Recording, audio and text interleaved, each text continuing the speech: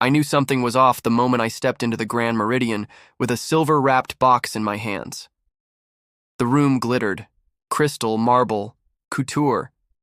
Everyone vibrating with that weird, gleeful energy people get right before a public train wreck.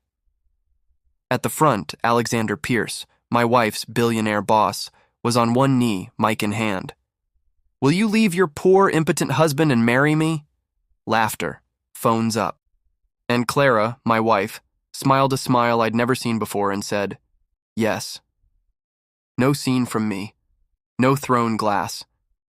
I turned around, kept the necklace I'd hunted down for months, and walked out. If they wanted a show, they'd get one. Just not the kind they expected. Step 1. Flip the switch back home. I poured a scotch and opened the black folder in my safe labeled primary assets. 7 years ago, I incorporated Clarigen Tech, 51% me, 49% her. Then came patents, 23 of them, with my name alone, the funding from my savings and inheritance, and the rounds I negotiated. Over time, via stock consolidation and buybacks, my stake rose to 90%. Clara's public title never matched. The paper trail. I logged into the back end, the one I built, and did 3 things. Canceled the charity gala charges, the photographer, the ice sculptures, everything. Nuked the Caribbean strategy retreat she'd booked with Pierce. Enabled emergency financial protocols, all company funds frozen pending my authorization. 5 minutes later, my phone lit up like Times Square. CFO, board, Pierce, and Clara over and over. I let it ring.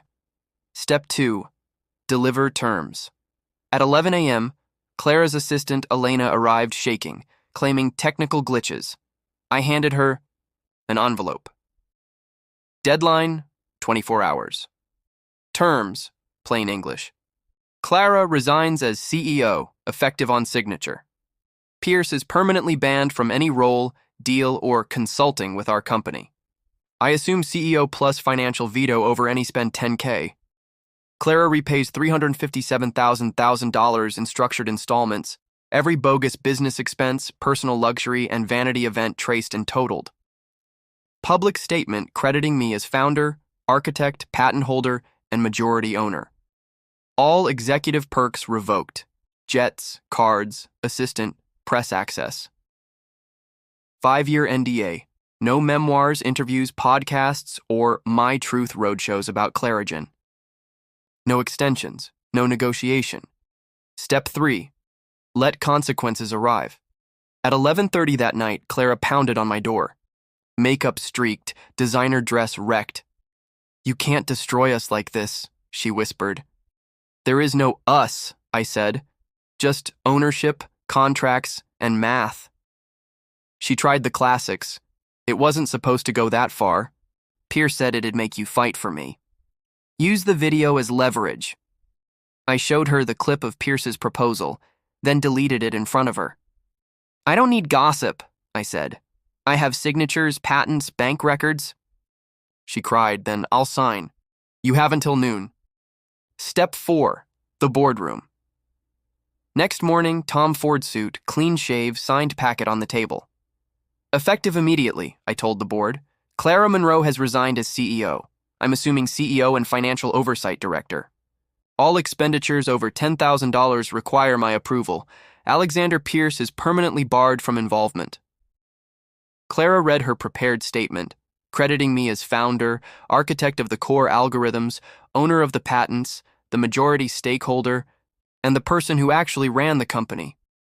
You could hear a stock price drop in that silence. I lifted the emergency freeze for legitimate ops, left the new oversight in place, and adjourned. Coup complete. Without yelling, without leaks, without a single illegal move. Step 5. Build, don't pose. 2 weeks later, I was in a Brooklyn loft funding BrightLayer AI, a team Clara had dismissed because she couldn't bluff through their tech. I wrote a check for $20 for 40% and a board seat. Real problems, real code, real customers. At home, I downsized. Sunny Upper West Side 2-bedroom, windows that open, no marble mausoleum. Columbia asked me to teach.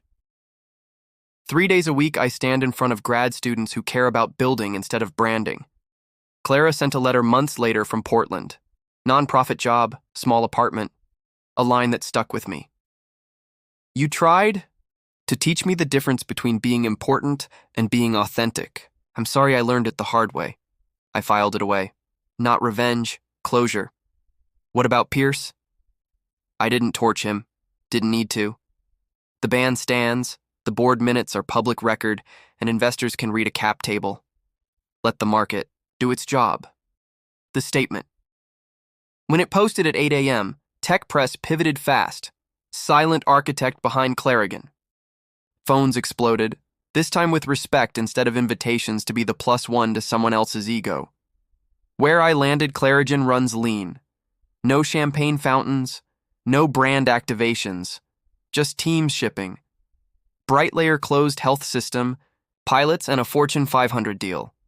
My students defend dissertations that would have impressed my younger self. Peace is waking up in a smaller place you actually like, drinking unpretentious coffee, and knowing the numbers are honest. Clara signed, because the math made sense. I moved on because purpose does. TL, DR wife's billionaire boss publicly proposed to her. She said yes. I walked out, froze the company I actually own 90% of, canceled the party trips, presented a 24-hour settlement, resignation, lifetime Pierce ban, public credit, $357 million repayment, perks revoked, NDA. She signed. I took the helm, funded a real AI startup, started teaching, and built a quieter life that matches my values.